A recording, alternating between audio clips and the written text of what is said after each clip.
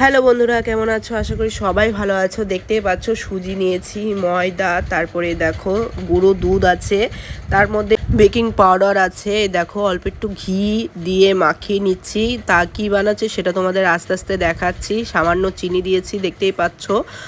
তারপরে দেখো একটু কালার ফুড দিয়েছি।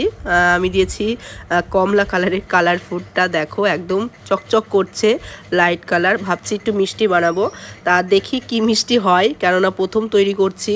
ভালো হতে পারে আবার খারাপও হতে পারে, কিন্তু ট্রাই করে আমার ভালো লাগলো, কেননা প্রথম একটু ভালোই হচ্ছিল, পরে একটু খারাপ হয়েছিল, তা সেটা ম্যানেজ করা গেছে।